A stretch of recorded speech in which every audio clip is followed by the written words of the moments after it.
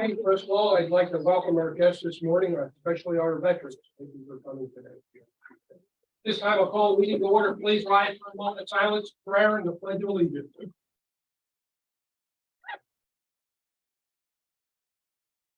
Oh God, thank you for the gift of this new day, and thank you for the blessings of this life. Family, friends, work and purpose, guide us as we discuss, plan, and dream together. Help us to make wise and just decisions. Amen. I pledge allegiance to the flag of the United States of America, to the republic which stands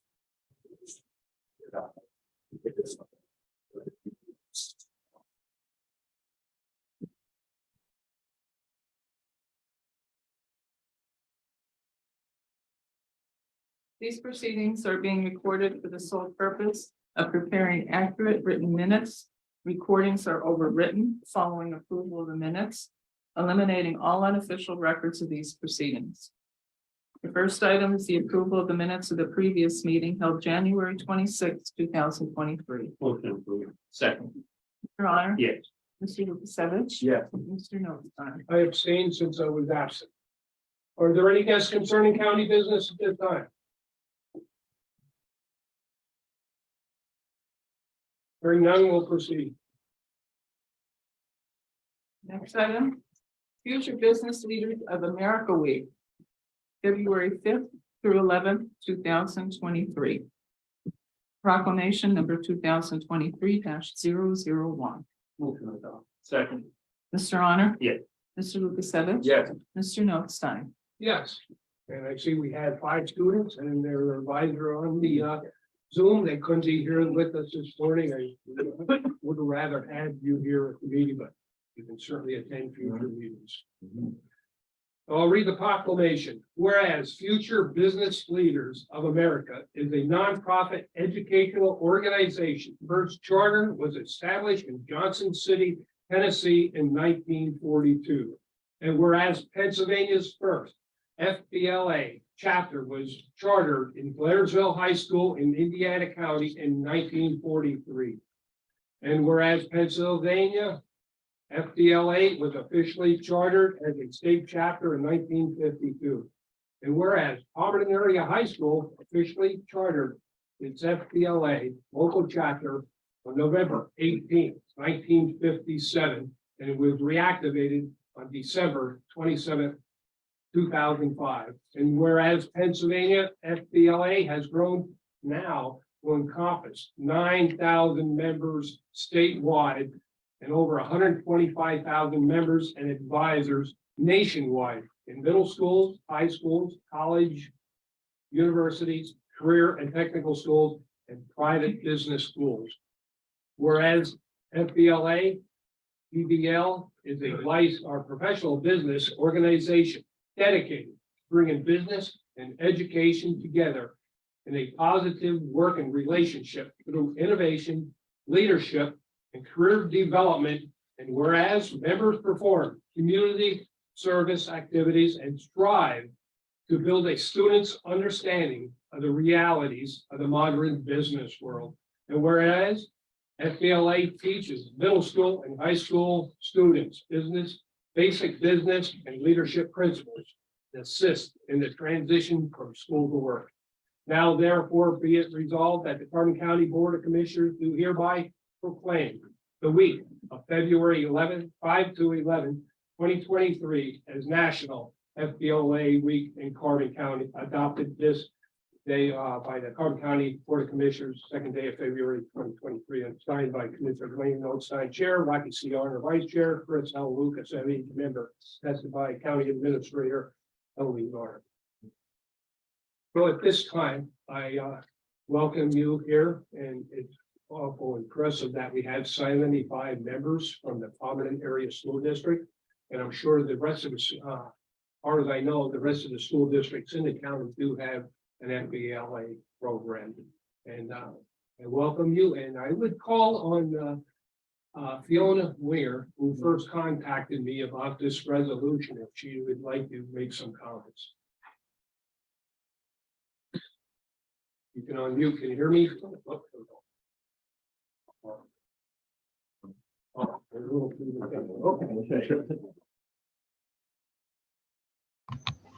Hi everyone, my name is Fiona Winger, and I'm here with my fellow officers to introduce you our presentation on FBLA Week and what FBLA is really about.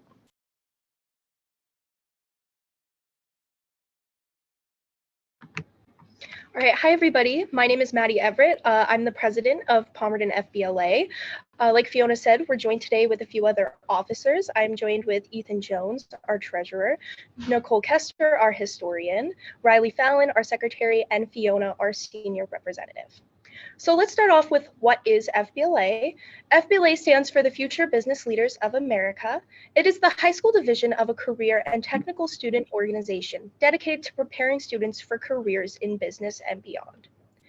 The mission of FBLA is to inspire and prepare students to become community-minded business leaders in a global society through relevant career preparation and leadership experiences.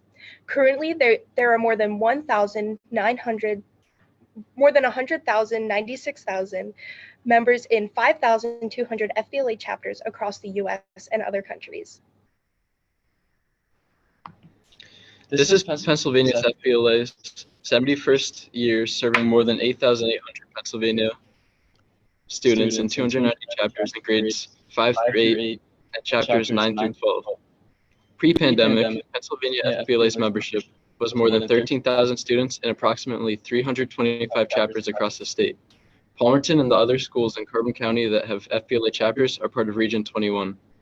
Carbon County chapters include Jim Thorpe with President Paul Rutledge, Lehighton with President Emma Gaston, Palmerton with President Maddie Everett, and Weatherly with President Michael Berger. Region 21 membership is currently at 525 students with 241 from Carbon County. We recently held our annual Regional Leadership Conference at Palmerton High School, where there were 8 schools and over 325 students, advisors, and chaperones from Carbon and Monroe counties in attendance. Our keynote speaker was from Make-A-Wish Foundation of Greater Pennsylvania and Virginia. Make-A-Wish is our state project for this year. 103 Palmerton students tested or competed in performance events, and 79 will have the opportunity to move on to states. So here we have some highlights from our RLC, including our superintendent, Jody Franchelli, and some of the pictures that is included, like our medals and our registration table. And here we have Maddie Everett and Dylan Borgu, who ran for president and treasurer of the region. They didn't win, but we're glad they ran. Here we have some more photos of the presentation. Every year, FBLA members and chapters from across the country take a special week to celebrate FBLA and to show everyone the great opportunities that the organization has to offer. From competition to business skills to professional dress, FBLA has many programs and opportunities to help bring business and education together. This year, we will be setting aside days to celebrate our achievements outside of FBLA, to hear from alumni about life after high school, to raise money for Make-A-Wish, and to record our chapter's community service hours. This proclamation is a crucial step in having our chapter recognized at the state and national level as an outstanding chapter, and will earn us credit towards the Gold Seal Chapter of Merit Award. We thank you for your interest in our organization and for taking the time to hear from us today. You're welcome, and thank you for the great presentation and explaining what the FBLA is all about. I would now call on Ms. Bombo, the advisor, if she has any further comments for the FBLA.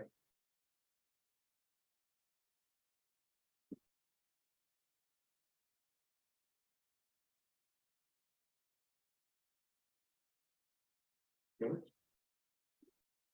If not, I'm sorry, I had to unmute myself. We just had the bell ring. I'm sorry, can you repeat again what it is that you said, sir? Would you like to make any comments? No, I just, we leave it up to our students to speak for themselves. Our organization has done a tremendous amount of work in the last few years growing our chapter. And we just want to thank the commissioners for giving us this opportunity to present in front of you today and for the proclamation. We really appreciate your support.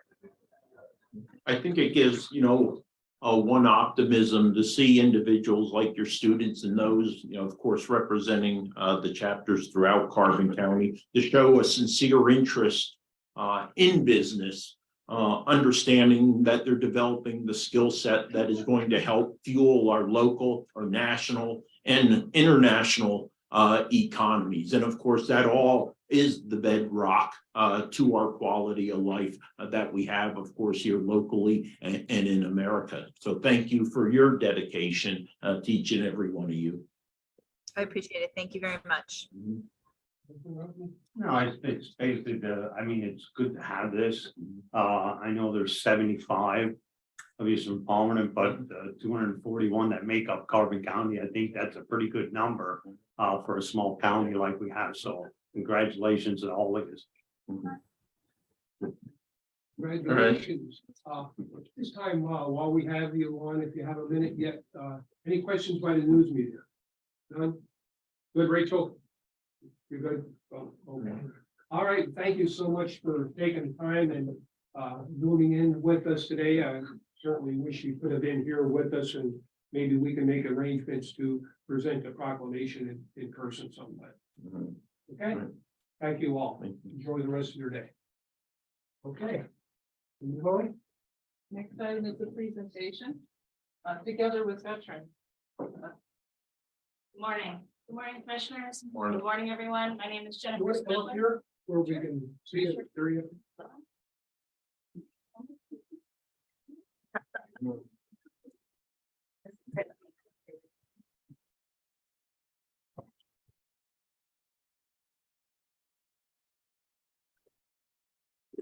So good morning, everyone. My name is Jennifer Spittler. I'm with the Pennsylvania Department of Military and Veterans Affairs. I serve as the Regional Program Outreach Coordinator in the Northeastern Pennsylvania area. In addition to my roles, I serve as the coordinator for the Together with Veterans of Northeastern Pennsylvania chapter that's based here in Carbon County. For those that don't know, Together with Veterans is a model that started out of Colorado to address veterans suicide in rural communities. It's funded through the Office of Rural Health within the VA. So we started our chapter 3 years ago. So Christine and I have had a chance to work very closely together during that time. Christine is the County Veterans Affairs for Carbon County. So in that time, I don't think we fathomed what we were going to uncover working in this county. So we wanted to present today and really just kind of highlight some of the things we did in 2022. We're kind of all blown away, I think, still reliving of just what really we've been able to accomplish this past year and recognize the amazing people that are able to help us make these things happen. So in this past year, we were able to serve over 1,200 veterans through outreach and community events across the county, and hundreds more veteran families and community members learn about this issue. I think when we started, many people approached us and said, I don't know how this affects me because I'm not a veteran. And so we've been doing a lot of educating, and I think we've uncovered that this is an issue. Suicide affects everybody, whether you personally or your community. So people have been able to come together through various different events. We've hosted over 33 different events around the county. So I see very, very many familiar faces here. So I'm happy to see that many of you were able to attend. So how we got this done, we have an amazing steering committee made up of 13 community members of mostly Carbon County members. So I'd ask all of you to stand if you could for our steering committee members. So I just want to recognize them because this is how we're able to pull this off. This is not our major job. We have other jobs, multiple jobs sometimes. So I just wanted to recognize them and thank them for their leadership and helping us accomplish what we were able to do this past year. So thank you.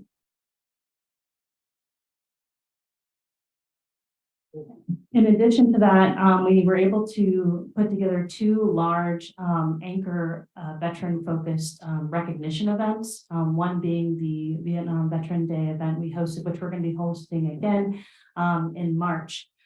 So that first event, we thought we were going to have, I think, 30, 40 people. We thought, oh, this is going to be a great event. And as we got closer to the event, Christine kept calling, well, we have 100 people. Well, now we have 150.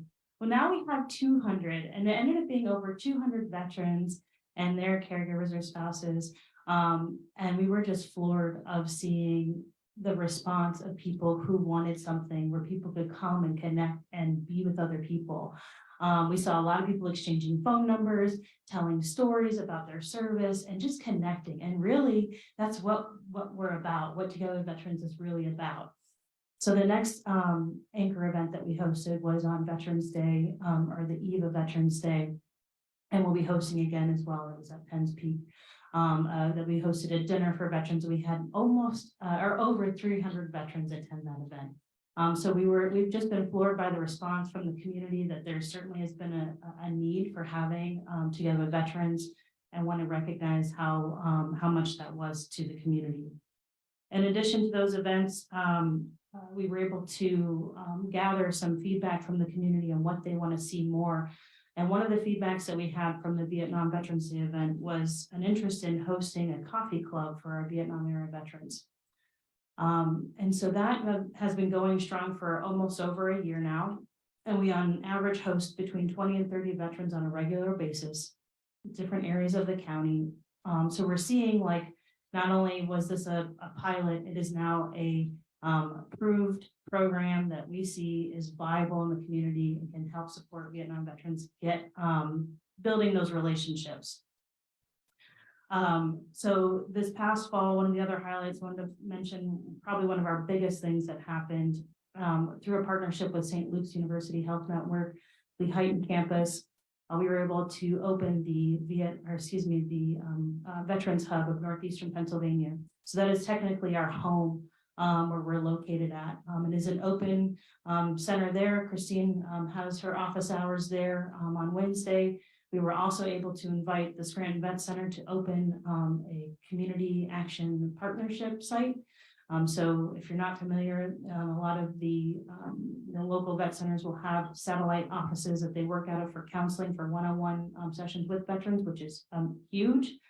And since starting that last November, the director there that comes every Wednesday has been seeing 12 veterans, 6 to 7 every single Wednesday, which is just, I don't, like Christine said, they barely say hi to each other and she's in session. So, and has logged over 47 hours of counseling. So we see like an immediate impact as soon as that opened of veterans wanting to find a veteran-centric resource for accessing counseling. So we're just been floored by that response. So, one of the things that why we wanted to come specifically present here was just we couldn't do this without the support of local leadership. Having the commissioners, you guys are there at every one of these meetings, and it's just been speaking from a state employee where we're on a regional basis, that isn't always shared love. So I just personally, from myself and from our team, we want to say thank you for pushing us and believing this project and helping us make it is what it is today. So thank you, and I'm going to have Christine talk about the impact of how it's made on the county as well.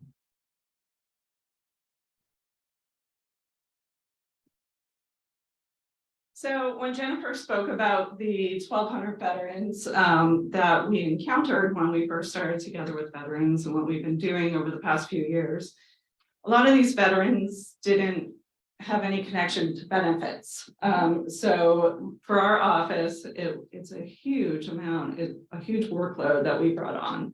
But we're so happy to do it. So now we have Vietnam veterans who didn't think that they earned benefits or they were entitled to benefits, and now they're receiving disability compensation.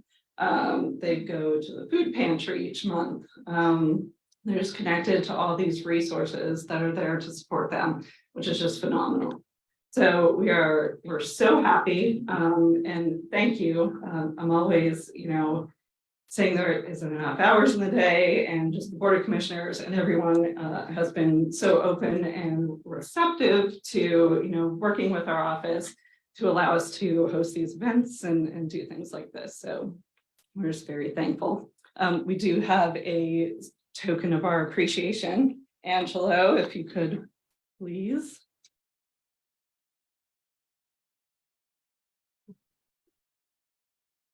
So we have our fancy Together with Veterans hoodies that we brought for everyone, and some books and coins here. We advertise. Big swag there.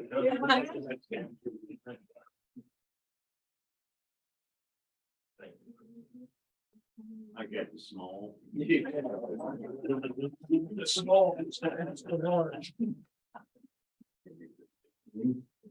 It's alarming, really, how many veterans are out there and don't even seek out the benefits. If you know of any veterans that have not been in contact with our office, please get a hold of them. Even if you're in doubt, contact the office. They'll tell you if they can help you or not. Many times, these veterans can be helped. Last week I missed a meeting because I was at a funeral for a relative that was a 24-year Army veteran. He's a master sergeant in the Army, served time in Vietnam. And after the service, a graveside service, a member of the color guard came up to me and thanked me for the work that Christine, Jennifer, and together with vets are doing. It saved his life. They got him in touch with the right people at the VA. He went to the VA, he got the services, and he is alive today because of Together with Vets and the job that they are doing in that office. So when people come up to me and tell me that, it really means something. And I wanted to convey that to the members of that team. It works. I know it works for personal experience and friends. So I just wanted to convey that. Thank you, Together with Vets, for everything you do.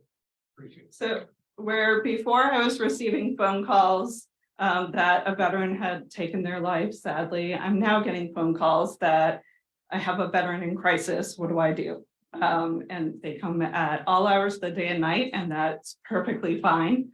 But we're getting the word out there, and they just have that phone number to call to connect to resources. So it's so important, and it's working, and we're just so thankful for it. And one of the things I want to mention real quick, I was going to bring it up briefly at the end of the meeting, that the CCAP priorities of all the top 6 priorities, 3 of them, and mental health. And I know Tina here, we're very involved in that and knows what's going on and the funding issues we have, and how many veterans really have mental health issues that we have to lobby our legislators to get the additional support and help that we need for our people with mental health, especially our veterans. Thank you very much. Thank you. Thank you.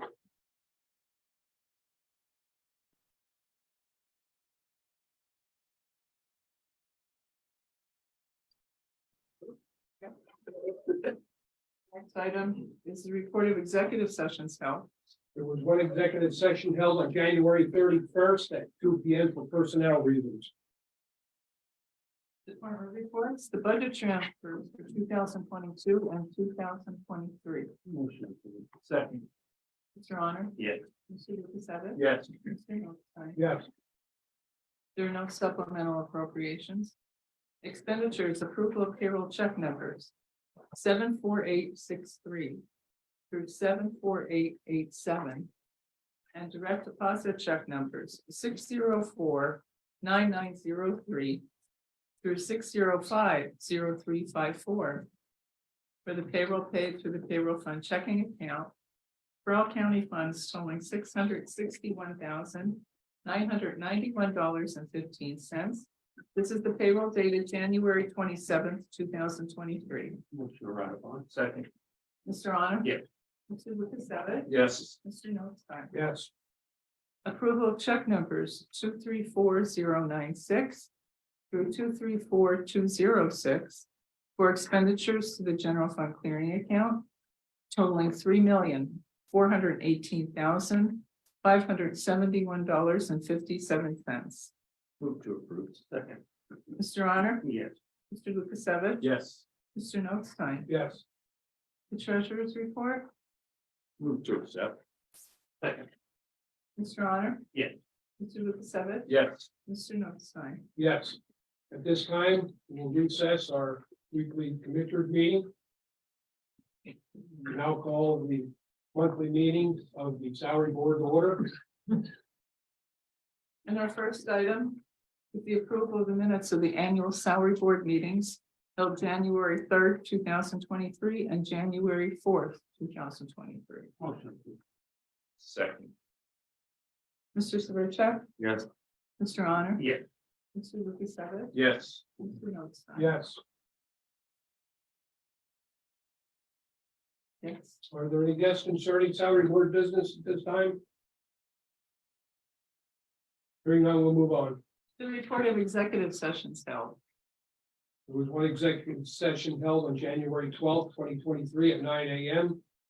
January 20th, 2023 is 2:30 p.m. January 24th, 2023, 11 a.m. January 26th, 2023 at 1:30 p.m. January 30th, 2023 at 1:30 p.m.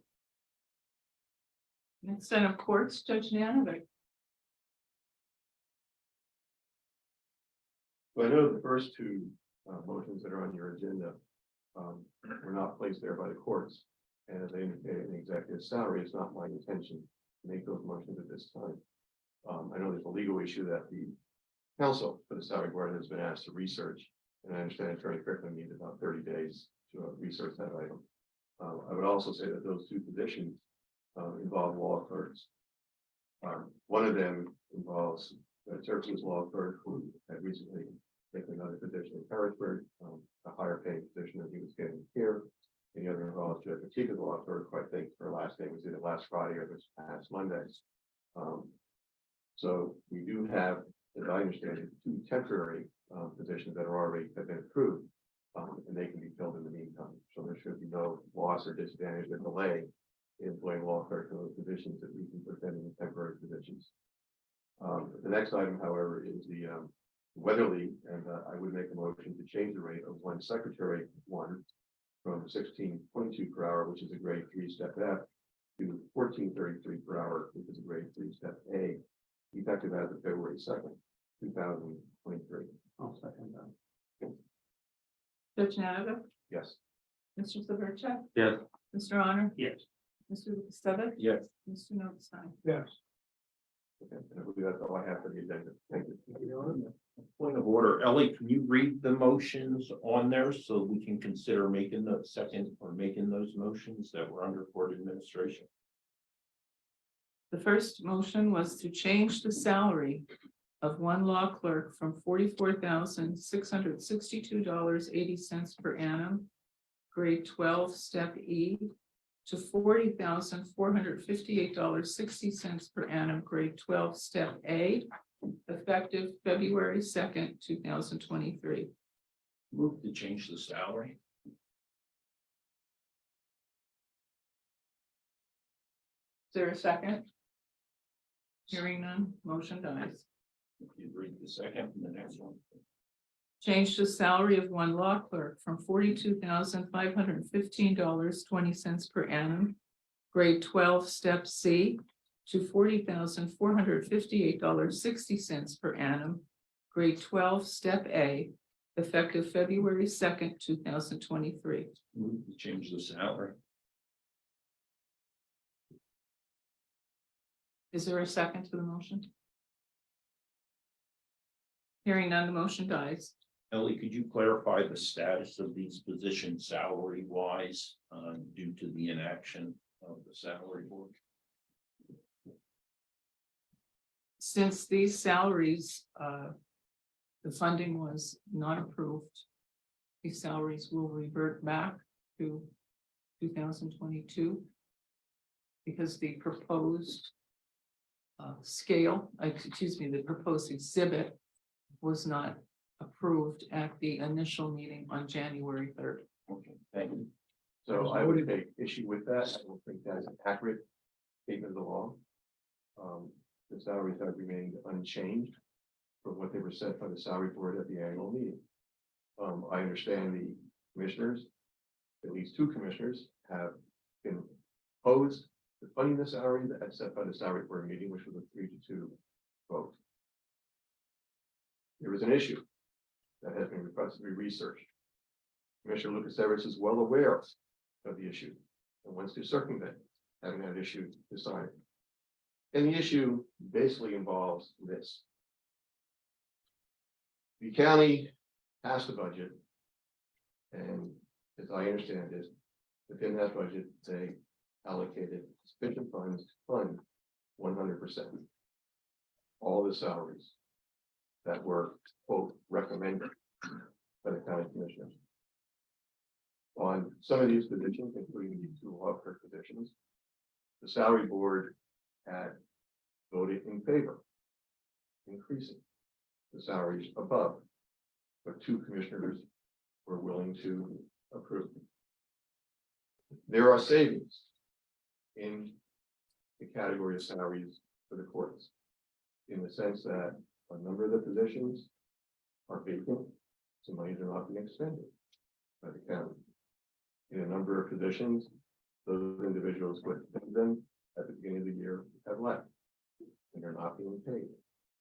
So there are savings in the amount that has been allocated in the budget by the county in salaries. And the question that is currently being researched by Attorney Crickling is whether or not those savings are now available and should be used to fund the additional increases that were approved by the salary board. That's a funding issue, but it's also been determined and allocated already by the county commissioners that those funds are allocated in that budget and used for salaries. I take Commissioner Arner at his word when he represented to me at the annual board meeting that those positions, that budget has fully allocated and funded those salaries. So the question really is, are those funds already there? And can they be used to fund these increases? It is not reverting back to 2022. That's going to be decided in part by the research that Attorney Crickling decided. And for my comment, there are vacant positions, but if there's, I'm just saying that there's 15 positions, I don't know what it is. Yeah, If there's 3 vacant, we still have to account for the vacant positions because somebody could get hired tomorrow. That's true. And goes on for next year, and then it's gonna be in our budget. If we take that money from them 3 positions and give them to other positions, then it's not lined up with the study said. I'm just going back to what, I'm going with the study. We got this far, people are on the correct steps or wherever they're at. And if there's controversy about it, there's gonna be an appeal process, and then we'll fix that. And I think if we start shoving money around all over the place, what the intent for the study was to straighten everybody's salary out. And I think we used above and beyond what we did. I think we used like somewhere around $750,000 this year. And I was hoping that for next year that we could almost do the same thing again to correct what people have problems with. But if we start taking money, if you have 3 positions and it's $40,000 and you start putting $40,000 on salaries, their salaries are probably going to be $5,000 above, and we don't know, until the appeal process goes through and they change their job descriptions, then that's a different story. But right now, we can't, we have to incorporate them 3 jobs into the budget. You know, there's no, and like I said, we could hire them tomorrow. And yes, you do have a savings through the year, but that budget for next year is that person's salary is probably gonna be filled for the whole year. And that's what we gotta go off. We can't go by just a half a year person salary that is on the book. And if somebody, and I think the sheriff did a little bit with it, that he gave up like 3 positions to get a full-time, that's a little bit different. But to just use somebody's salaries that's on the books, that's not even, you know, that's not a rational budget way to do it. I mean, that's my opinion of it. I mean, I think where we disagree is that the Caddo decision that Commissioner Lucas would like to refer to specifically differentiate this scenario from the scenario that was present to do. And if the funds have already been allocated in the budget, they've already been assigned to that project, to that category of expenses. And this is the exact issue that Attorney Strickland is researching. And once those monies have been allocated to salaries, I don't believe, but we'll see what Attorney Strickland comes up with, that those monies will not be reallocated in that salary category among other individuals. So the monies have been budgeted, the monies have been allocated. As the commissioners know, the budget is done on an annual basis. I'm not going to foretell what the budget's going to be for next year. I don't know what the salary is going to be set at for next year on an annual basis. What I am saying is, I think sufficient, I believe, and I hope sufficient funds are there with the savings that are inherent in vacancies and people having left to basically cover these additional increases. Again, we have to await Strickland research. well, and I understand that too, but then there were some others where there was like 2 departments where they actually took money away from somebody and gave to another person. So I don't want it to get to that point that everybody can just come in here and say, you know what, my department, I think I should give somebody $5,000 more and take 5,000 away from somebody else. I mean, and I go back to it, that was not the intent. And it said, everybody came in here and they wanted a study done, and whatever study you do is not going to be correct for 100% of the people.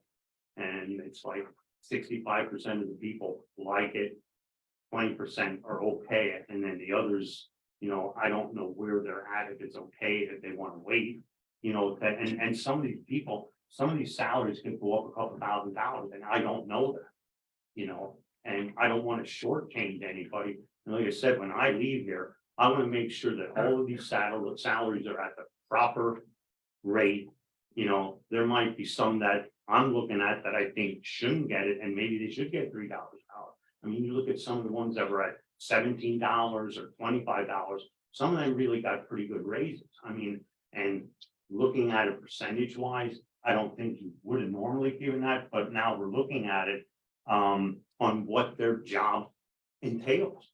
You know, it's a little bit different, and until you break down every one of them job descriptions, we're just like throwing darts at a wall trying to give people wages. I mean, now we had something set, and like I said, the next phase is hopefully where we can straighten these things out. And I said, when this started, I never said that it was going to take 1 year. I always said it was going to be 2 years, and sometimes it all depends what the county taxpayers can pay.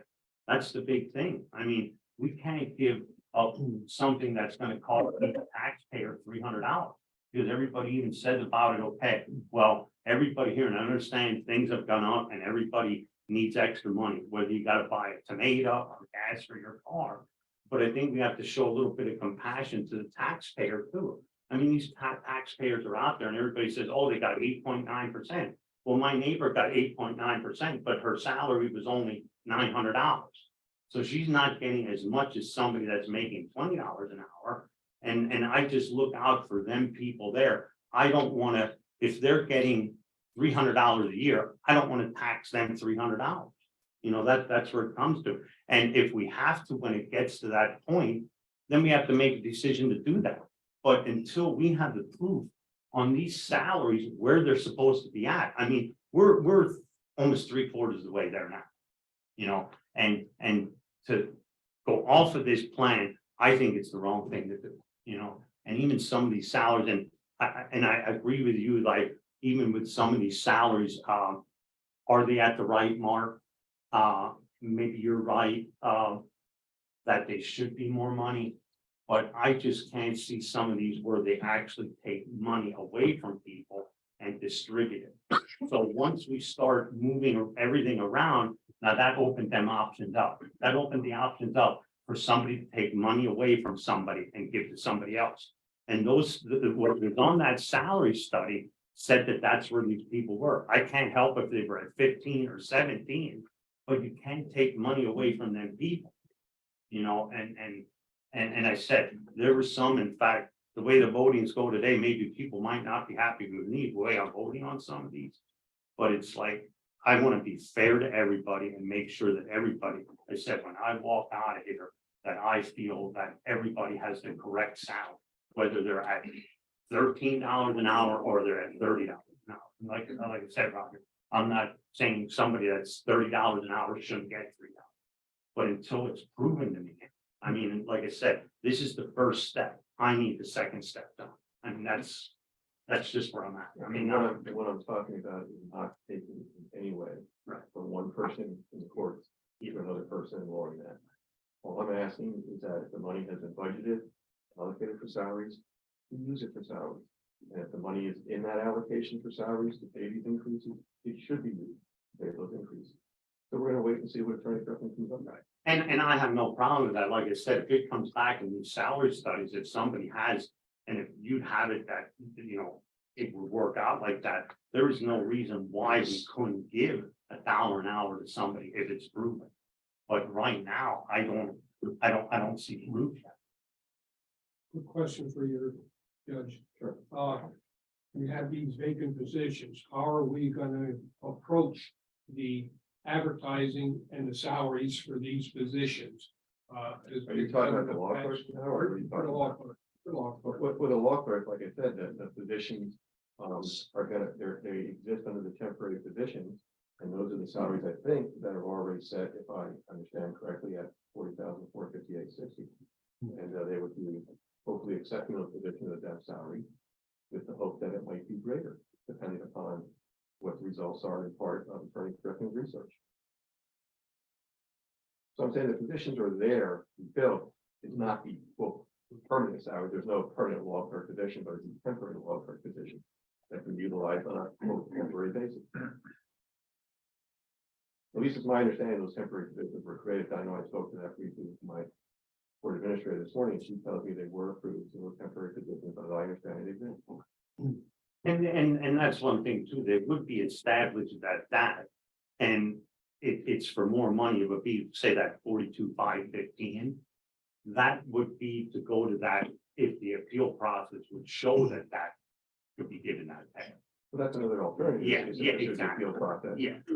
Whether that will be appealed, I don't know, because Right. as I understand, we're still waiting for the guidelines to come from the commissioners as to what the appeal process will be consistent of and how we implement and utilize it. I have two questions, if you're done, Your Honor. I thought I was. No, not for you, not for you. I've question, why isn't HR here today? And I don't think. that's one question, and where they took the second question, or, The director is not in today. but normally there's 4 people in that office and one other usually attends, so my question is, were they told to stay away?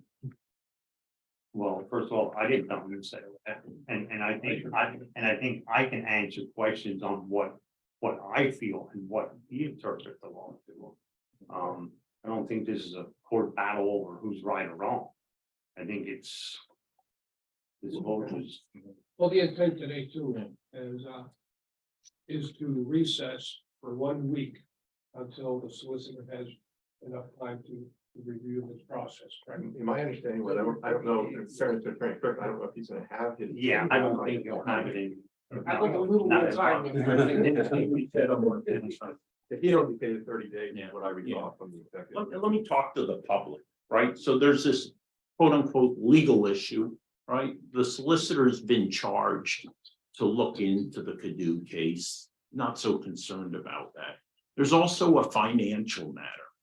Let me see if I can come up with an analogy. I have a budget, $100 a month for internet service. That speed is just fast enough. But you know what? The Super Bowl's coming up. And I want to ensure I have really good connectivity so I don't miss one single play or one single commercial. So I'm going to go to Blue Ridge, and for 1 month, I think I'm going to go ahead and spend $120 to get me up to 500 megabits per second download speed. And in order to do that, though, I'm going to have to cut down somewhere else for at least a month for as long as I hold that a new rate of speed, that $120 versus $100. But come next month, I'm going to have to make a decision because I can't continue to support that $120 because I want to go back to my normal consumption level of bread, milk, eggs. Same thing here, right? At some point, I have a choice, right? I go back to equilibrium, or what I do, I'm forced to either increase revenue, right? And for a county, that's called increased taxes, or I find a way to reduce what I have to spend. And for something like personnel, that would be if you can't afford 10 personnel because your salaries have exceeded the budget, you have to reduce the number of personnel you have employed. So what the courts is trying to do here is they're trying to talk the legal issue, but there's also a significant financial piece. And Commissioner Arner clearly spoke to that. So again, you rob Peter to pay Paul. And guess what? Who's going to be paying Paul come January of next year? If this goes through, billets are filled, right? The Carbon County taxpayer. That's all I have. Regardless, whether this goes through today, don't forget you voted to commit that 800,000 in salaries without increasing the revenues and passed a budget at a $3.8 million deficit. Well, you have two options. You raise revenue or you decrease expenditures, right? So I would say, and again, not speaking for Commissioner Arner, but speaking with him, we're believers in decreasing expenditures and not simply continuing to expend. And Commissioner, you have a history of expend, expend, spend in lieu of try to find savings and be fiscally responsible for money which only belongs to the 64,000 residents of Carbon I'll go County. back to that 48%. You seem to forget that the commissioners at that time reduced or eliminated the occupational tax at about $1.9 billion. So the county had to make up for that. The county is responsible for providing services. You got to take away from the aging, or you got to take away from the veterans, all the other offices. They provide services. And if we don't have the people to provide the services, who's in trouble? People sitting at this table.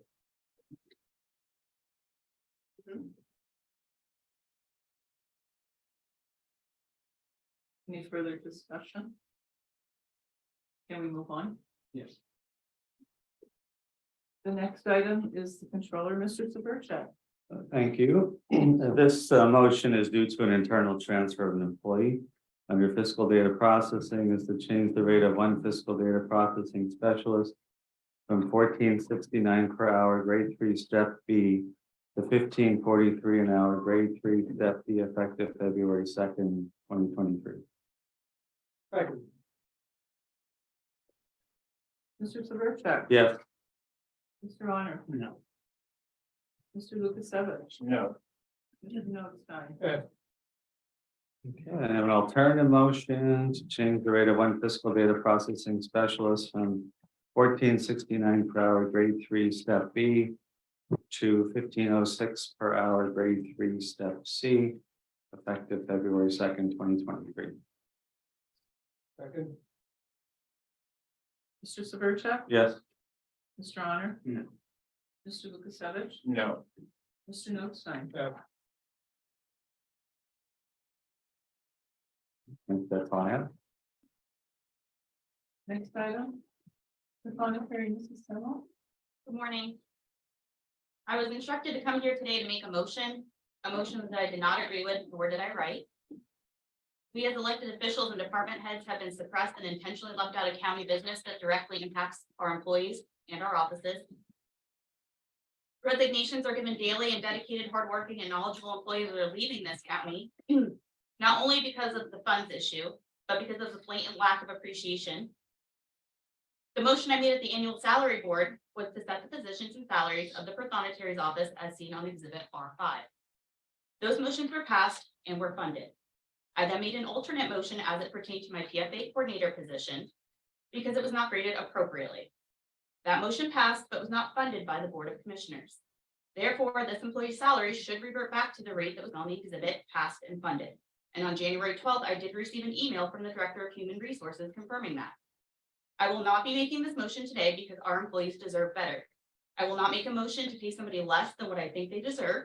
And if the board is choosing not to fund that minimal increase, that is your decision. And again, demonstrates the lack of appreciation of these hardworking individuals. That's all I have. Thank you. Public defender, Attorney Reed.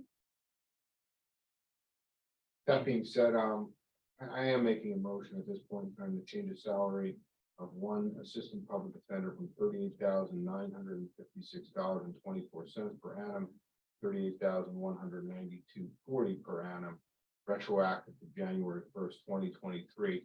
Make this motion with the hope that my requests in the future related to increased salaries of these individuals will be considered by the commissioners and will be considered in a way that shows that we appreciate their time. It was the only public defender in our office that received an increase. But I am hopeful that the commissioners will work with our office in the future so that we can try to move those salaries up in a percentage rate. I make that motion. All right, I'll second that. Attorney Levy, Yes. Mr. Severcek, Yes. Mr. Honor, Yes. Mr. Lukasevich. Yes. Mr. Notstein. Yeah, Recorder of Deeds, Mr. Gentile. Before I proceed, I have a question. So the January 4th salary board meeting, I presented the positions and salaries for the Recorder of Deeds office, exhibit R7. That was approved. And then I made secondary motions, my first and second deputy for 2.5% increase. They were approved but not funded. So my understanding is the exhibit R7 that was approved first, it reverts back to that. So the people in my office will be getting the salaries that were proposed by the commissioners. So then why am I asked to make the motion that will bring it right back to those positions and those salaries? I might be able to answer this. It's to create a paper trail. I think if somebody would look at that agenda and if it should revert automatically back to that, there's nothing that says that. And that's where I think we have to have like a little bit of a paper trail, because if somebody researches it a year from now, they could look at this and say, well, they looked at the one document, but they didn't look at it where it was changed back to that salary. They would think that person had that salary, then we would have controversy over it. You know, it's more or less like a paper trail. It isn't, it isn't really, I don't know what else to tell you. I don't know what you could put in an explanation for that, Bob. It's more like you have to have a paper trail to show that it went back. Or otherwise it would be on the books that it looks like that $14.99 or whatever the salary would have been. And then when somebody would go to look at it next year, they might go off of that $14.99 and then say if it would have went back to $14.50. It would have been too confusing. So it's basically, I think, a paper trail. Am I correct or not on that?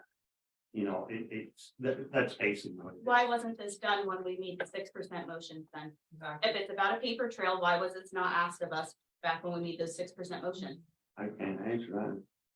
Because the 6% motions Yeah. were passed, and not not funded, and it just reverted back to Yeah, what their and salary was. I don't know if that 6% had anything to do with it, like we were halfway through the budget already. This was sort of contesting the budget now. I don't know how that was even presented. I think we just came in and said we want 6%. And it was it was passed, passed but not but funded? Same Same situation. I can't answer that. like why it wasn't done then. Well, I would say, Commissioner Arnold, what it is, it was a lesson learned. That's in our executive session, I believe it was referenced. And it was the fact that we didn't have a clear paper trail. So as you described, if someone would have simply looked at one document, they might have a misperception of what did or did not occur. So I don't think I should have to ask for less money for my people when I already asked for more. Right. And it's gonna make me look like I'm going back and saying, oh, you know what, I don't want that 2.5% increase for my people. I'm just gonna go back and do what you're asking me to do to clear up a paper trail, basically. And I don't think we ever asked anybody to do that. I mean, when you came in, I said, and you can say, well, the commissioners didn't fund it and I'm against this. You know, whatever, and you are, there's no discrepancy in that. But like I said, it's just, why is it like that? For myself, I would have thought if it's not funded, it would automatically went back. That was my thought. Well, I want guarantee that has gone back to exhibit R7, which was approved before I made the additional motions. And we were told in an email by HR, or at least I was on January 12th, that it would be the exhibit A. And I don't know what the ruling is either. If I'm thinking that it goes back to what the proposed was, but then you hear that it goes back to what the 2022 salary. Well, that's what I So want. do they lose money or not? I don't know. Proposed Yeah. salary increase and not go back to the 2022 rates. I believe only the courts doesn't revert to the complement that was recommended because the courts presented their own complement. They didn't accept the complement that was recommended. So therefore, theirs did not pass at all. So those offices go to 2022. All the row offices, if I recall correctly, initially, we voted yes, accept the complement, and then built upon the complement. So a little bit different with the courts are kind of the outlier, just like today. Conditions are going back to 2022. That's what they'll continue to be paid at.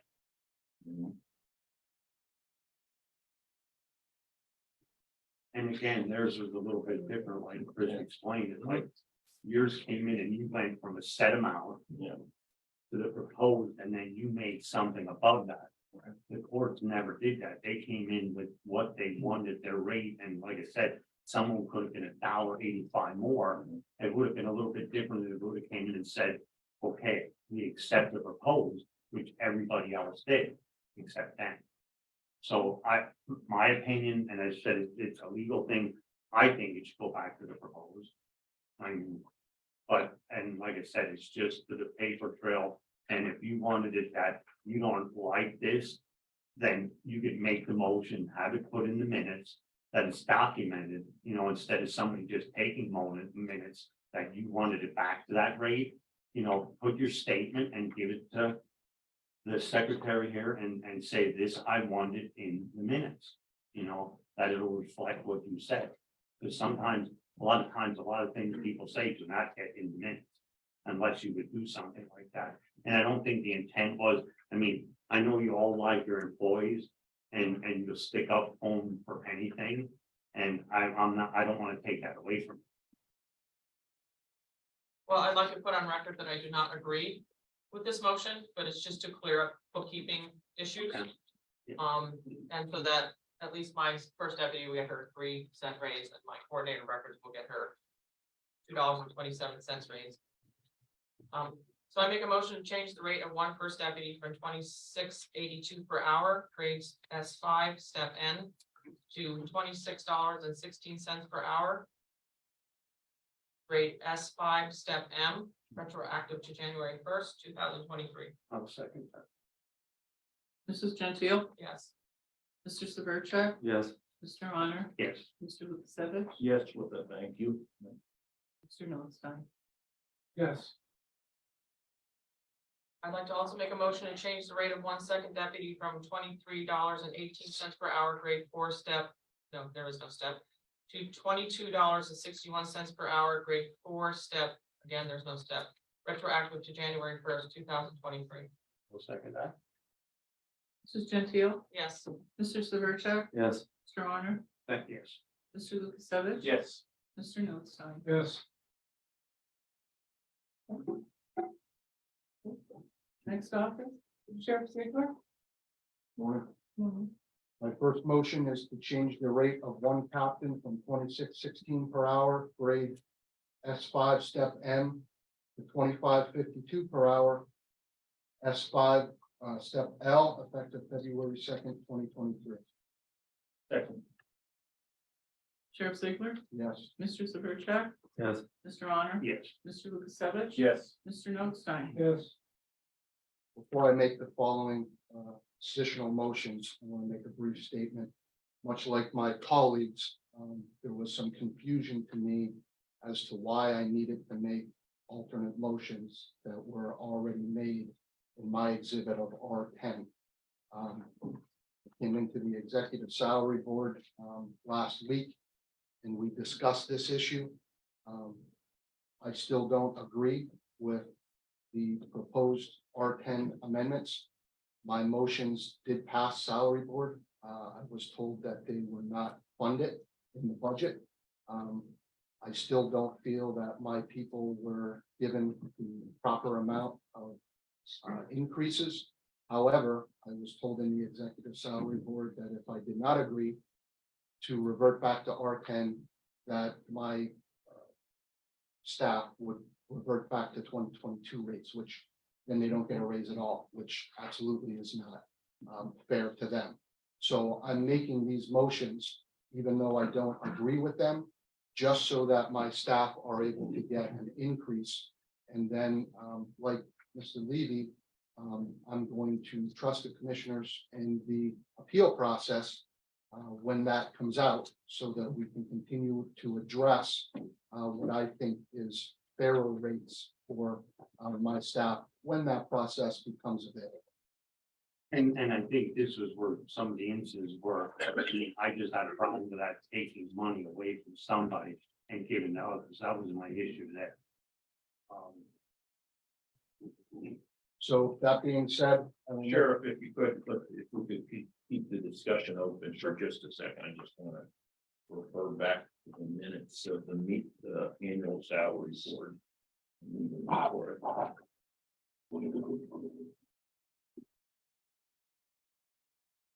I think you misinterpreted what was spoken at the executive board meeting, because I don't recall anyone stating during any of the sessions that we held with you that if you didn't make modifications, that individuals in your office would revert to 2022, because exhibit R10 was approved unanimously.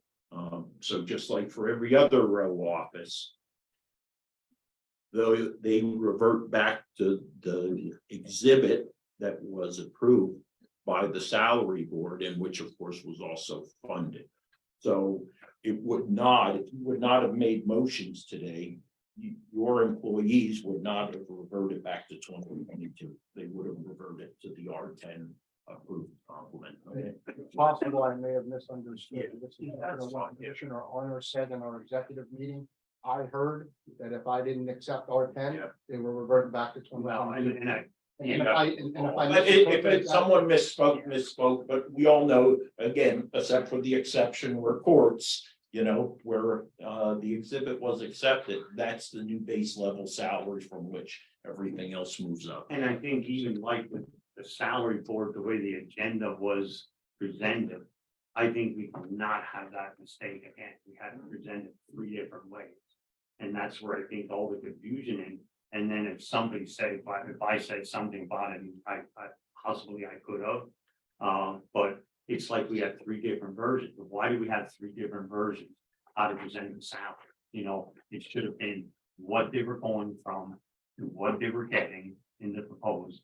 And then it should have been what you presented or above. And it wasn't done like that with everybody. It's like almost like 3 different versions. There was one where I think they went from the salary that they were at. And then there was another one that was presented, I think, at the salary that was proposed to what you wanted. And then it was the one where the judge came in, or the courts came in and didn't even have anything. They just presented that it was $24 an hour or $18 an hour. there was nothing anywhere for anybody to even see it, where it was going to. So that, I think that's something that in our future salary board, I hope it's spelled out a little bit more, and it's confusing for everybody. I understand that, it's like it should not be presented three different ways. I mean, why is it not? And for And yeah, it's been a frustrating Yeah. and confusing process. I'm sure everybody would agree to that. Yeah. Just to restate, I'll make these motions for the accept and go back to the R10 exhibit. I don't agree with it, but I gotta get my people something instead of nothing. And hopefully the appeal process will allow us to further discuss where people fit. and you want that reflected in the minutes also, correct? And that's, so my motions are being made to have an accurate record. As it's Jim noted. Thank you. Okay. So that being said, change the rate of one chief real estate clerk from 1701 per hour, grade 6, step B, to 1829 per hour, grade 8, step A, retroactive to January 1st, 2023. Sheriff Ziegler, Yes. Mr. Severcek, No. Mr. Honor, Yes. Mr. Lukasevich. Yes. Mr. Notstein. Yes. Change the rate of one administrative assistant from 1506 per hour, grade 3, step C, to 1433 per hour, grade 3, step A, retroactive to January 1st, 2023. Second. Sheriff Ziegler, Yes. Mr. Severcek, Yes. Mr. Honor, Yes. Mr. Lukasevich. Yes. Mr. Notstein. Yes. Change the rate of one civil process clerk from 1434 per hour, grade 2, step C, to 1365 per hour, grade 2, step A, retroactive to January 1st, 2023. Second.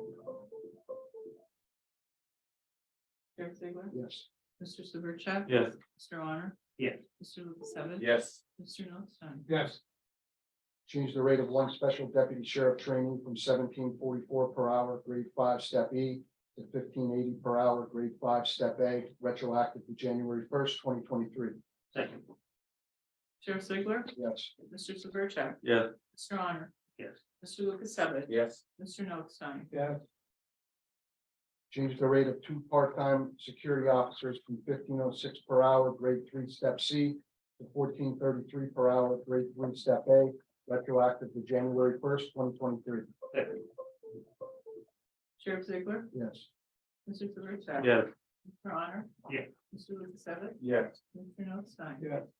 Thank you.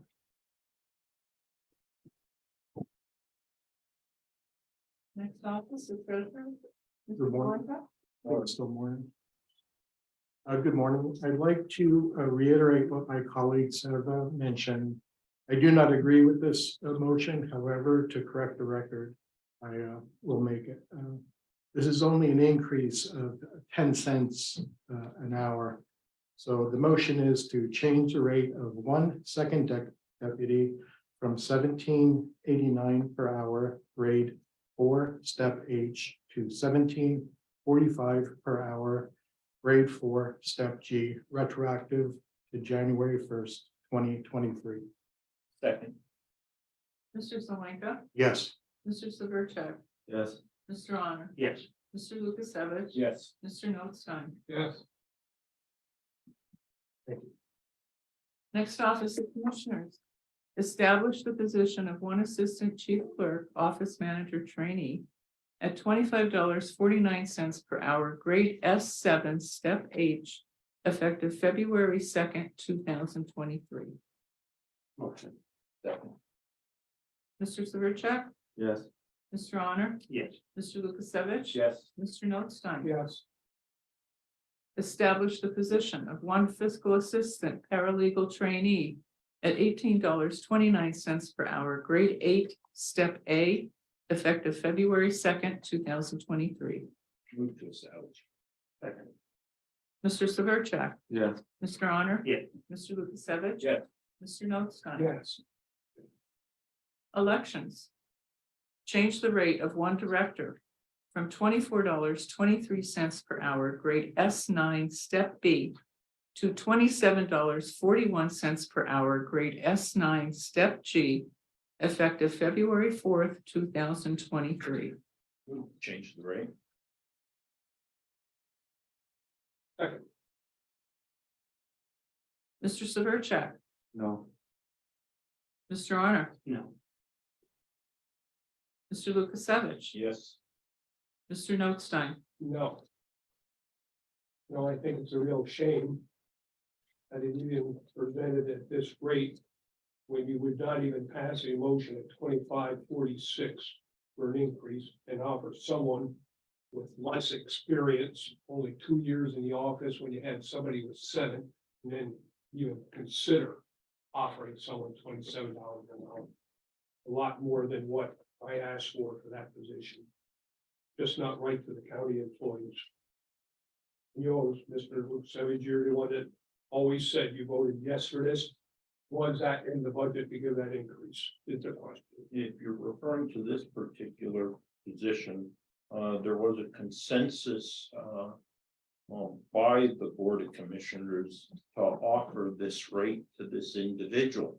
So the fact that you're voting against it now, I think some of these issues should have been brought forth in that discussion. Secondly, any individual that is now departing because of the concern out of salary, especially two department heads.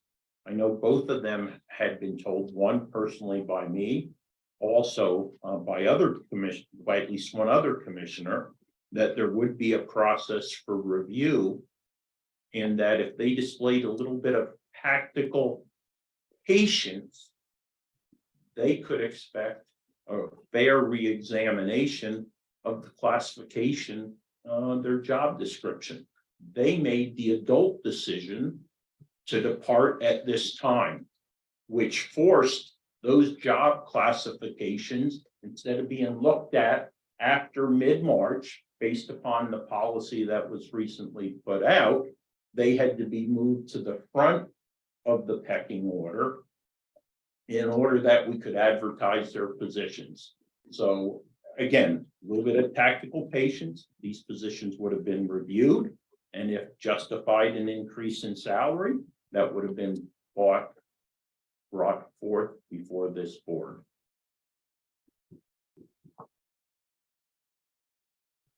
What I would do at this time is, I don't know what the rate would be, instead of an S9 B 2741. I will go along with one step along because we can't afford that. Use any one this particular time. Anyone coming in or going, deeply concerned over the elections because of the lack of experience in this party. I understand your concern with the lack of experience, but the individual who is slotted for this position has 2 years more experience than the outgoing director when she came into that position, right? Lisa Dart had no experience in election when she assumed that position, right? She came out of the commissioner's office, right? The individual who is destined to take the directorship has been under mentorship for 2 years, or that's what we should expect, right? Because as leaders, we have a responsibility to develop the next generation of leaders. That position was specifically created to ensure there was continuity in that office. Read the job description.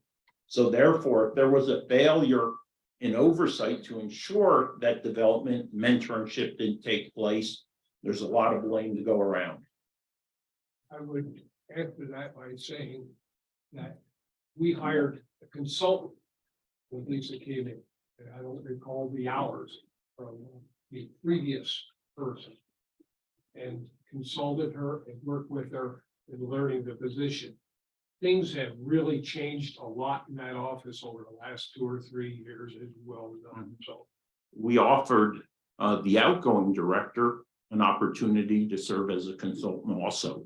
So even this individual who has 2 years of experience, we offered her the same opportunity that we are normally providing right now. A matter of fact, when we go back to the regular agenda of the Board of Commissioners meeting, we will see, again, we're offering a consultancy opportunity for one of our outgoing retiring directors, the IT director. So again. You have that rated. Oh, yeah. What was it? 7G. That would be my motion.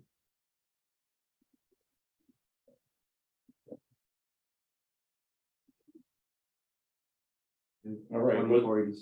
26.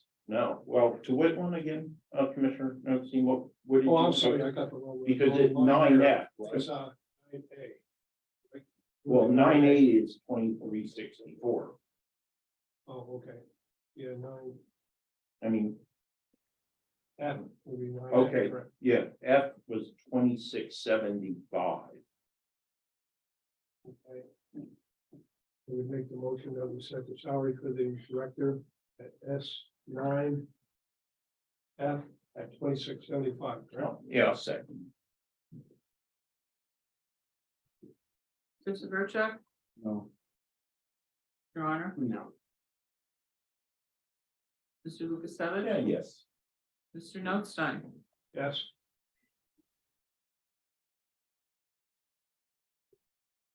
We have an alternate motion, then.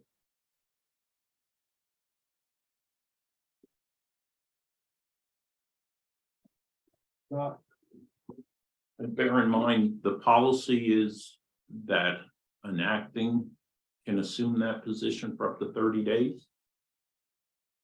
Or again, I mean, the acting director doesn't have to accept increased responsibility. we do not have an acting. We only have In- an assistant. Okay. Okay. All right, but she will by default serve as the interim until someone is hired, correct? at the 24, 23. Right. Right. That's what it is now. No. No, at her existing rate, Oh, her. at her existing rate. Her existing. Yes.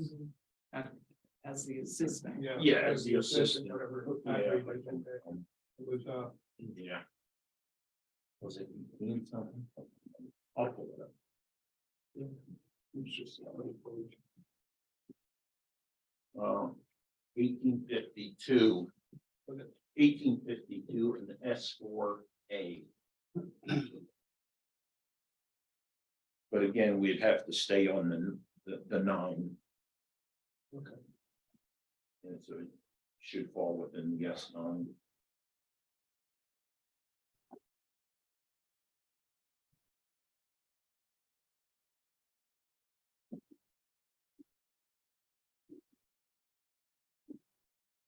Any further alternates on that position? I'll make a motion that the rate go from S9B 2423 to S9C 2484. 484. Second. Mr. Severcek, Yes. Mr. Honor, No. Mr. Lukasevich, I want to check the current salaries first.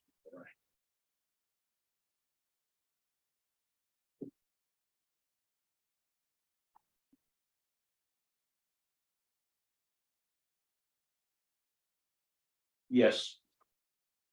Mr. Notstein, Yes. all right, our next item is to establish the positions of 2 seasonal election clerks at $13 per hour.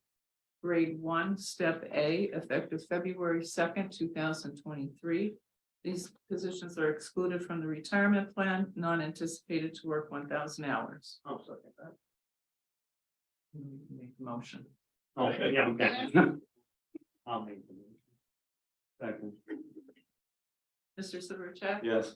Mr. Honor? Yes. Mr. Lukasevich? Yes. Mr. Notstein? Yes. Abolish the positions of 2 part-time election clerk at $13 per hour, grade 1, step A, effective February 2nd, 2023. Second, or make a motion. Second.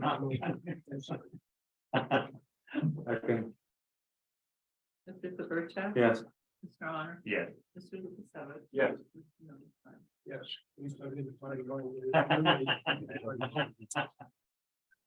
Okay, we still have a need to recess till next week. Adjournment. Okay, meeting adjourned. We will reconvene our weekly meeting.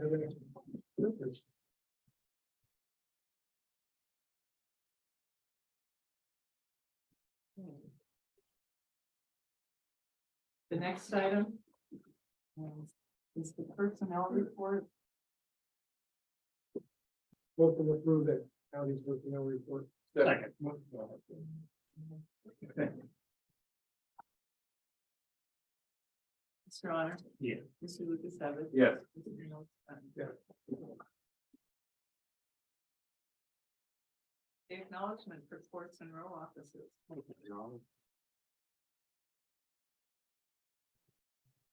Second. Mr. Honor? Yeah. Mr. Lucas Evans? Yes. Mr. Notstein? Yeah. Correspondence was received as listed. Copies will be made available to the press upon request. Budget for 2023, correction for approval. Authorize the transfer of funds in the amount of $42,534 from the district attorney full-time employees line item to the general fund contingency line item to correct a mathematical error in the adopted 2023 budget. Second. Mr. Honor? Yes. Mr. Lukasevich? Yes. Mr. Notstein? Yes. Additional funds. For approval, authorize the transfer of additional funds within the 2023 budget to cover the increases approved by alternate motions for the district attorney at the annual salary board meeting of January 4th, 2023. Motion to approve.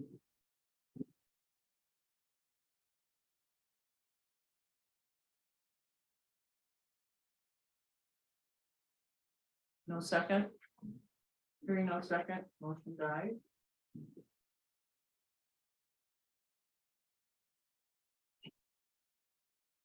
Elections. Printing of election forms and ballots for approval and execution. Quote received from Phoenix Graphics Incorporated of Rochester, New York, for the printing of election day ballots, provisionals, sample ballots, and mailing services of absentee and mail-in ballots for the 2023 municipal primary and municipal election at a total estimated cost of $44,237.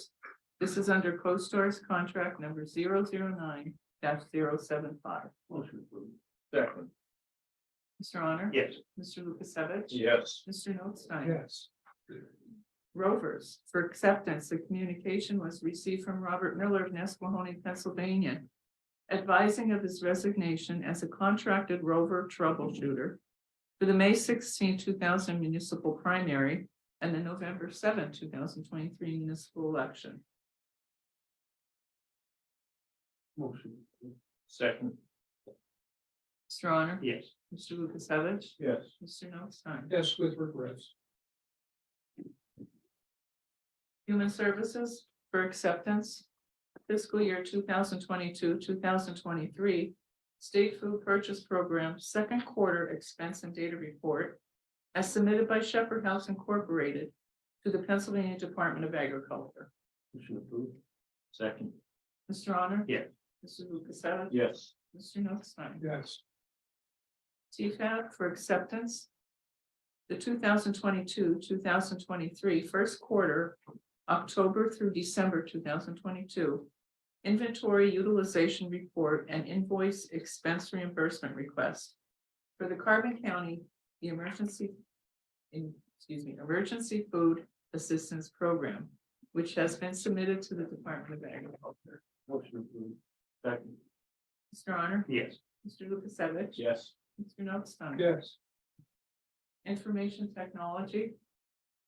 For approval and execution, a consultant agreement between the County of Carbon and Jerome Scarpati of Lehighton, Pennsylvania, to provide training and assistance to the Carbon County Information Technology Department on an as-needed basis. Consultants shall be paid a total of $150 per hour for a maximum of not more than 100 hours per month to be paid on a monthly basis. The term of this agreement shall begin on the 11th day of February 2023 and shall continue for a period of 4 months until the 11th day of June 2023, or unless terminated by either party.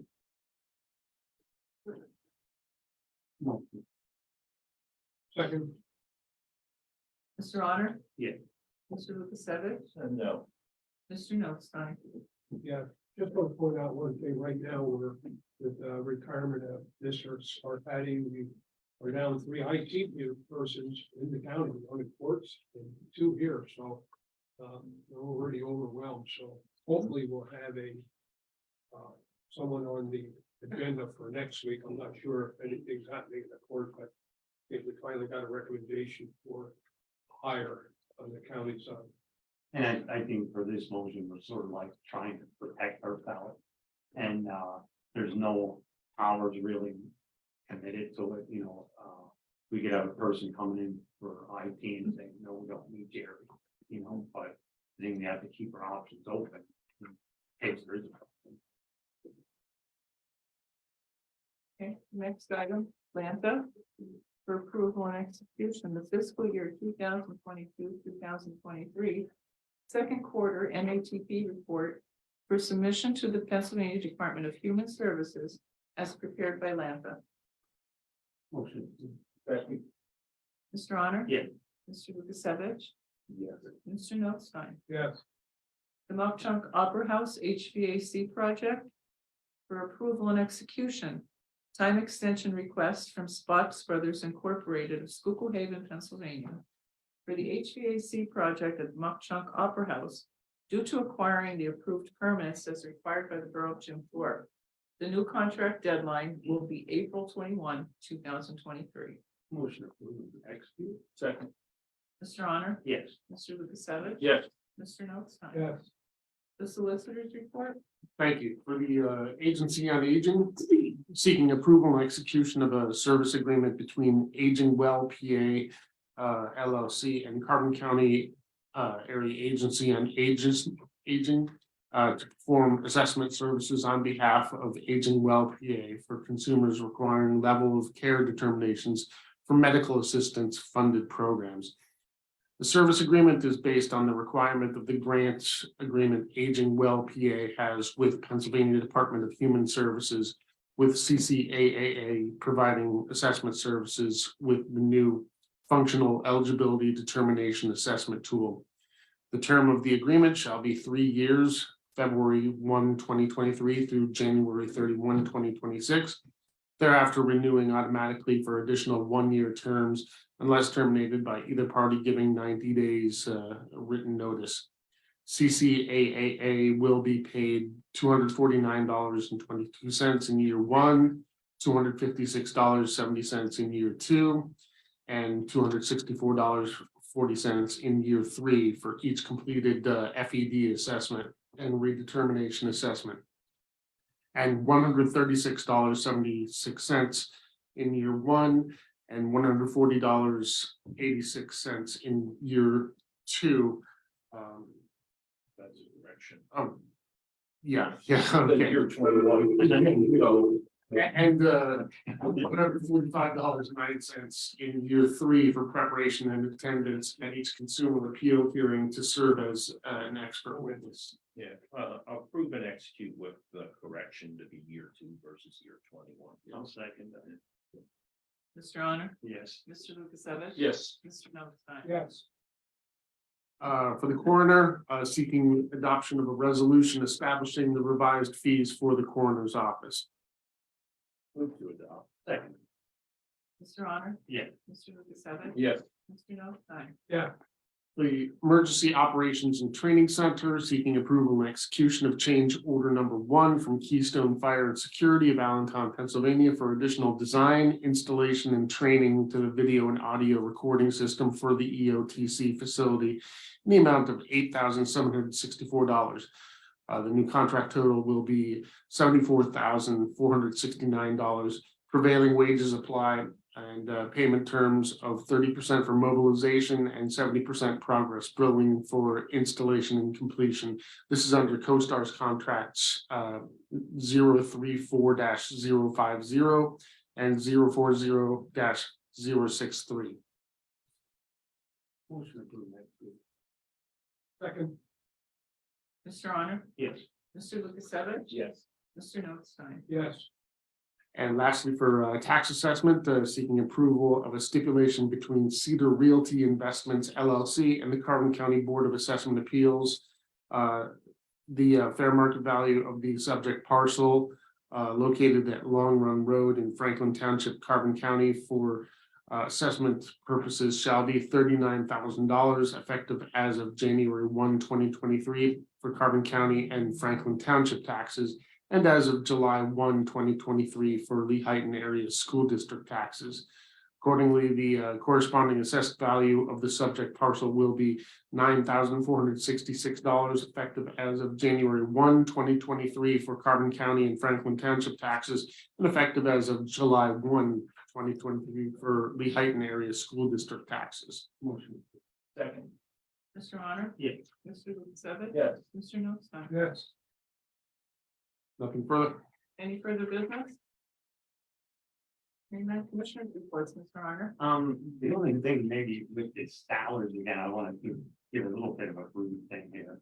And I know, the treasurer, I see where you're at, you know, if I was in your position, and I think I see some of our positions that it's not correct, and I hope we can correct these things.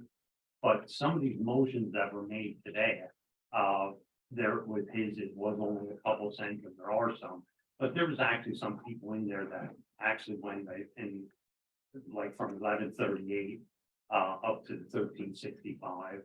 So it wasn't like these, like everybody lost money. I mean, there are some in here. I mean, I think there's one in here that only got like, was it 15 cents? So there are discrepancies, you know, and I'm not saying there aren't.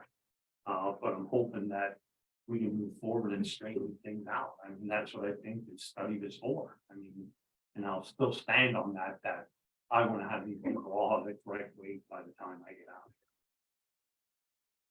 out. That's the end of my report.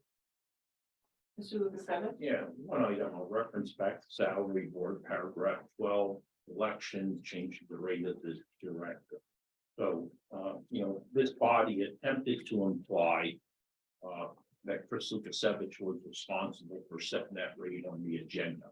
That's what I took away from the conversation. Just to be clear, Chris Lukasevich did not set that salary on the agenda. I did not disagree with the salary that was set on the agenda, because that's a great discussion point from which to start. So for any implications that may have been made, shame on you. First salary board, of course, there was all discussion in there. That's what it put on, so. Yep. And that's what salary board executive sessions are for. Those decisions are made. Okay, two quick things. Well, first of all, I want to touch on the, and I alluded to it earlier, the priorities for CCAP right now, and I don't want to go into a lot of detail, but out of the 6 top priorities, that doesn't mean everything else goes away.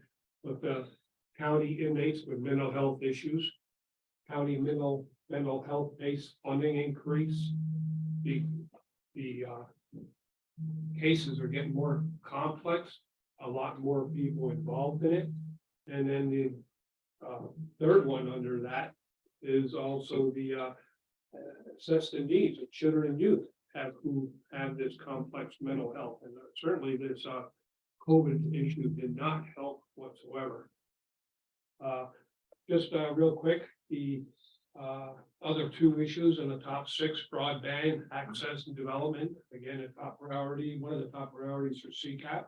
Promoting election integrity. I certainly hope with this governor and the committee that CCAP has, that the governor will, this governor, I'm sure, will be more receptive to sitting and meeting with the county commissioners, the election directors, the people that run the daily elections, and that we can come up with a good, solid answers and not getting misleading or statements up to and including the day of the election from the Department of State, what you should or shouldn't be doing, et cetera, or being wishy-washy on their questions. The other major one who affects all the counties is the 911 funding reauthorization.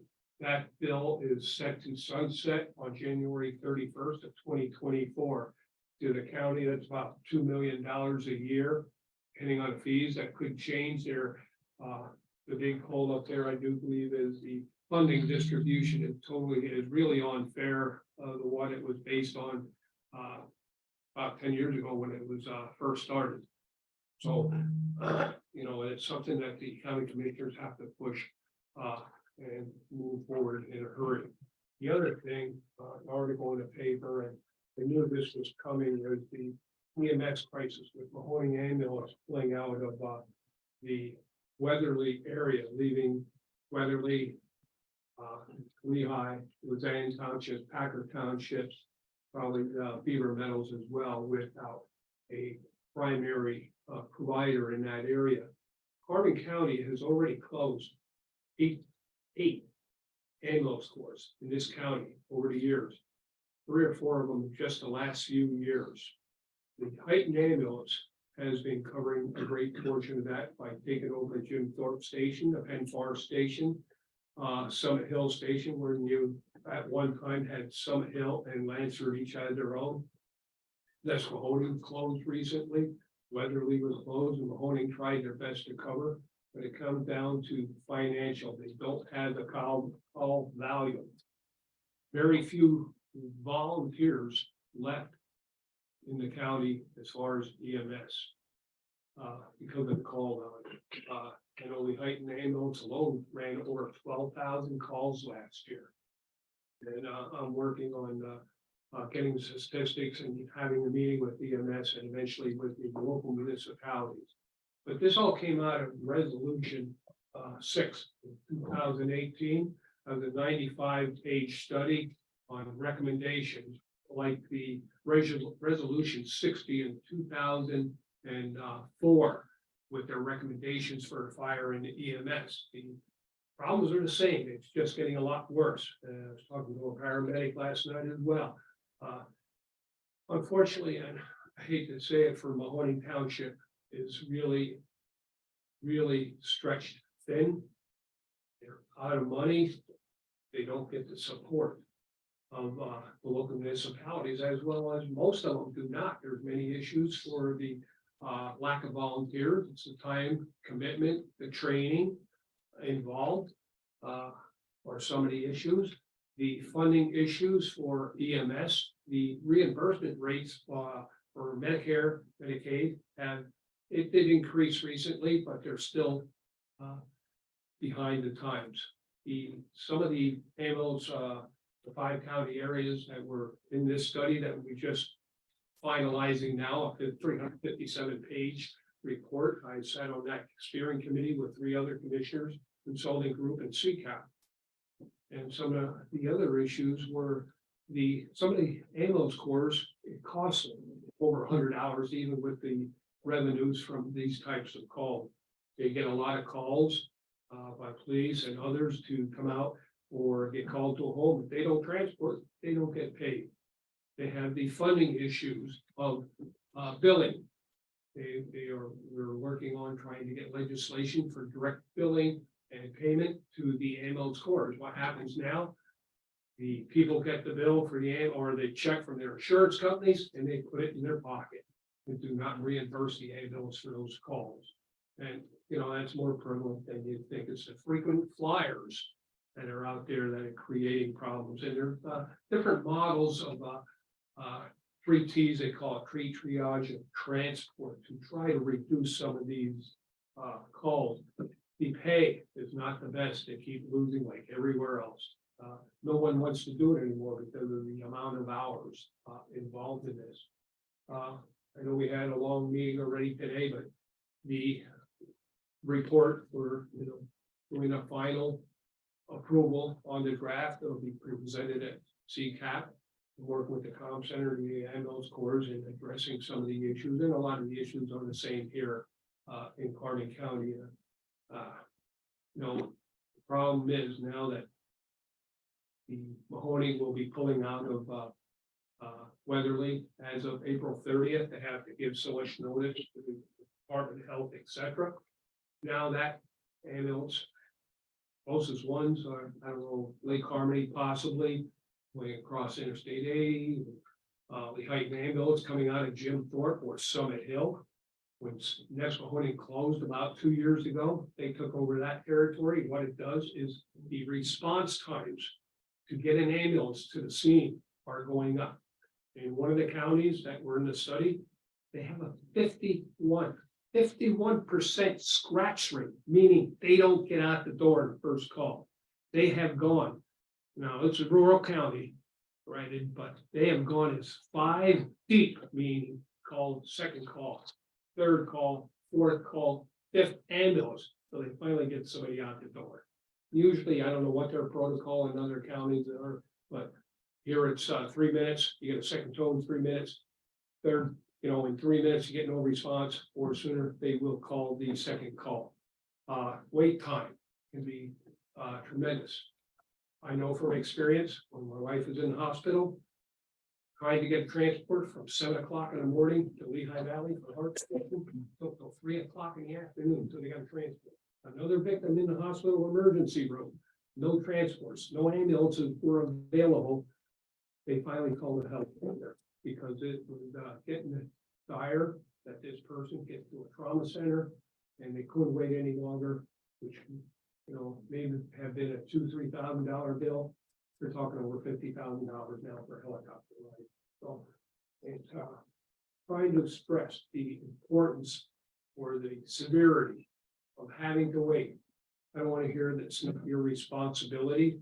It is the responsibility of the local municipalities, but it does not say to what extent you're responsible. But they have a toolkit. We came up with a toolkit. It's lots of recommendations. Some of the recommendations are resolution 6 and previously in resolution 60. Not all of them are there. It was fire and EMS combined, but they will be presenting those to the municipalities, hopefully in April or May sometime, and do a presentation of some of the things that they can be doing to keep or reduce the response time or to support the local municipality. That's all I have for today. And just to tag on that a little bit, like Mahoney Valley Ambulance, I think always did a good job. They do. They always had their fundraisers to do things and, they tried to do it. And like Wayne said, when you go out on a call and you maybe do 5 calls and not even get paid for one, I mean, that's like devastating to something like that. I mean, it's almost like a crime that they're leaving, and it's not a lack of effort from them. No, they, I must say, and they had a good venue there. They do a lot of fundraisers, luncheons, dinners in the evening, wedding receptions, etc. And that takes away from the manpower as well. Not all those people, a lot of those people are still responders, but there's very few left. Take a back look at the report, but we'll give you an update later on how many are paid in the Heighton ambulance, and their budget has increased.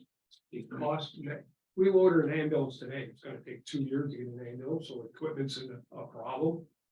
Getting the personnel, the volunteers, the Heighton ambulance is down to 10 volunteers, and that's throughout the county. And it's really a complex situation, and I think it's something that people have to wake up and smell the roses that this is a crisis. If you're in a vehicle accident, you can't afford to wait.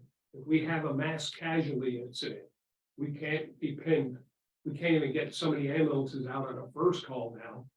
And if we have a mass casualty, 20, 30 victims, let's say a bus accident or whatever, automatically that the EMS council activates a mass casualty plan. Bring other units in, but we Heighton and as well as Palmer and others spend a lot of time staging in the Wallachford area. That reduces our response time here in the county, and it's a cost. the fuel to them to sit in Lehigh County when they have nothing available. So it's not unusual, and that happens in all parts of the county, more so in Lehigh County than I do, I believe in Luzerne County. Okay, now for one day. Pass my wish. Be adjourned. Rachel, would you like to go first? Sure. Well, just what you were saying just now about all the EMS issues, what do you think the next steps are to attack the problem? Get them help. Well, what we'll do our own our study, which we already started, looking at response times, primary care, what the issues are, what their funding issues are, and these cool toolkit that they came up with, and there's 20 some recommendations, but all are benefit Carbon County. This is a statewide study. It was Butler, Mercer, Ioga, Sullivan, and Lycoming County involved in this study.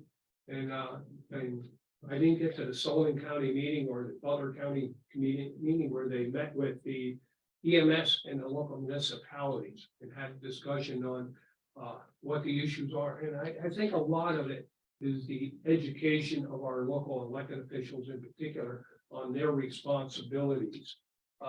And I've heard one consultation say when they were told about the financial crisis of an ambulance, that it's not their responsibility, yes, it is your responsibility. And it's a liability to the municipalities that not having a designated service with a reasonable response time.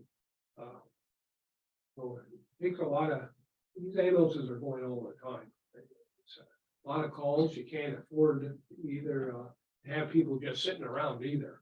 So they just can't, they're gonna need some financial support. And like I said, the direct billing that they get paid doesn't go to the insured, it goes right to the EMS that should get the money to begin with. And it's all those things that really hurt. So there's a lot going on. Before the end of the month, I plan on meeting with EMS, and then sometime in March or April, maybe through the call.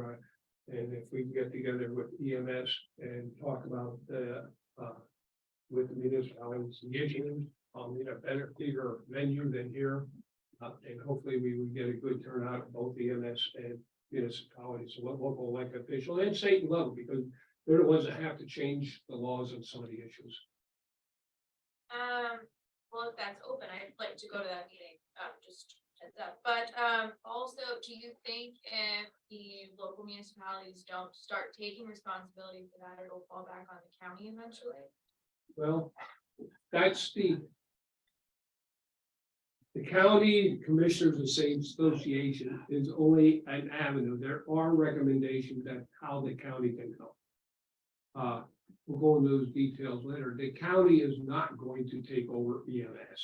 I want to make that perfectly clear. None of the people that were interviewed or involved in the study from the start. When we started this process back in 2019, I think it was, we've been meeting bi-weekly since then.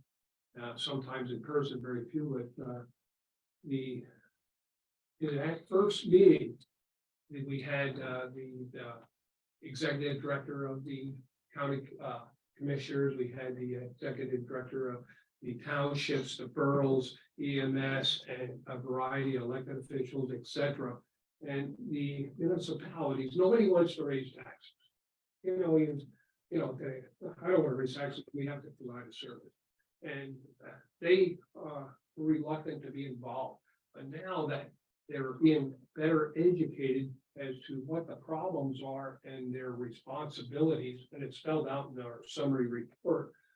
Under the laws, it's quoted where they are responsible for townships and boroughs goals, So there are ways that not always the money, it's sometimes it's leadership, it's assisting the EMS people, especially in the smaller EMS ambulance corps, the financial support. They aren't experts, they aren't grant writers, etc. There's so much involved. I'll give you more details later. It's a long day. And then, sorry, the salary board, I just want to make sure I'm understanding correctly.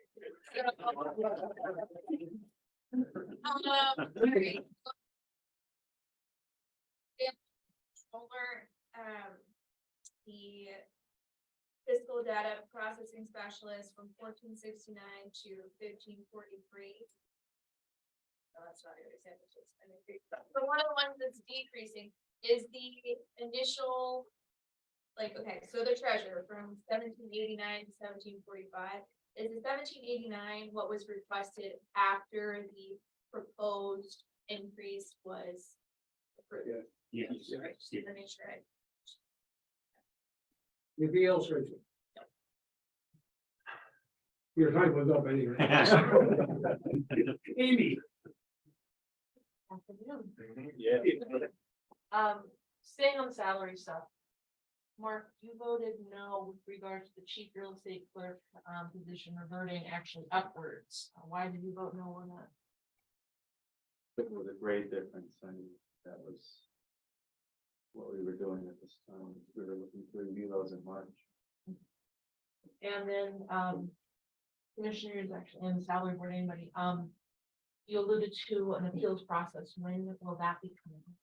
Well, We're expected in the middle of March. it's, you know, We're gonna have it ready by then. And then in regards to on the regular agenda, the fringe benefit payment fund, what exactly is it that it's for $1 million? The fringe benefit payment fund? Oh, okay, that's, when the money is transferred out of the balance, the county coffers, is reimbursed for the payment of the fringe benefits in all the offices, the insurances and. And all those things. Wasn't quite sure on that. Commissioner Lukasevich, you spoke about the consultant position for the, and then you voted no to that. Why?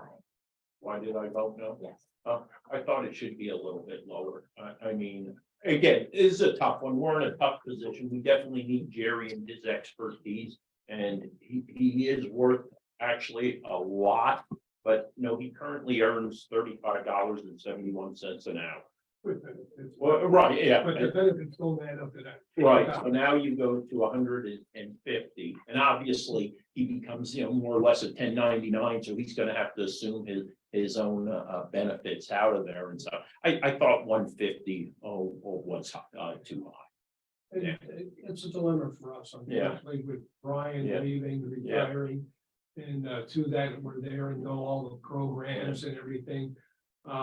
There's gonna be times when they get called up at a comm center, these guys, and they aren't familiar yet with the programs and computer programs, because we deal with so many different programs. Everyone's different between the courts, the county offices are all different, we're all dealing with different companies, Tyler or whoever, and so that's. Yeah, I don't like it either, but the outside consultants are even more 200 and up. Yeah, and as Commissioner Harder mentioned, we aren't committed to 100 hours. We have the flexibility to go up to 100 hours. As So, needed. yeah, as needed. And then I know you said there were 3, you're down 3 in the IT department. So how many do you have now? Right now, we're down to 3 people. We should have 5. Well, currently 2 until Jared retires on the. Hopefully, we'll have another one on board by then. I don't know what the start date is. If he takes the position, we have a recommendation. We'll have to go from there. So what you're seeing, Amy, is right. We're seeing that effect of Brian departing, right? So once Brian departed, as we did our interviews, just so happens the best person for that position was internal art IT. So it's that snowball effect that we're seeing really. Well, court IT, we've been down how long and haven't, Kelly? Hey, dude. How long has that position been vacant tonight? September, since September. And trying to find the right people for the job is not that easy. Again, a lot of it is salaries. So all those employees from Meta and Amazon who are IT techs being laid off, there are opportunities in Carbon County for them. That's all I have to thank you. You're good? I'm not asking. I appreciate that. Oh, we got this picture out of the other day.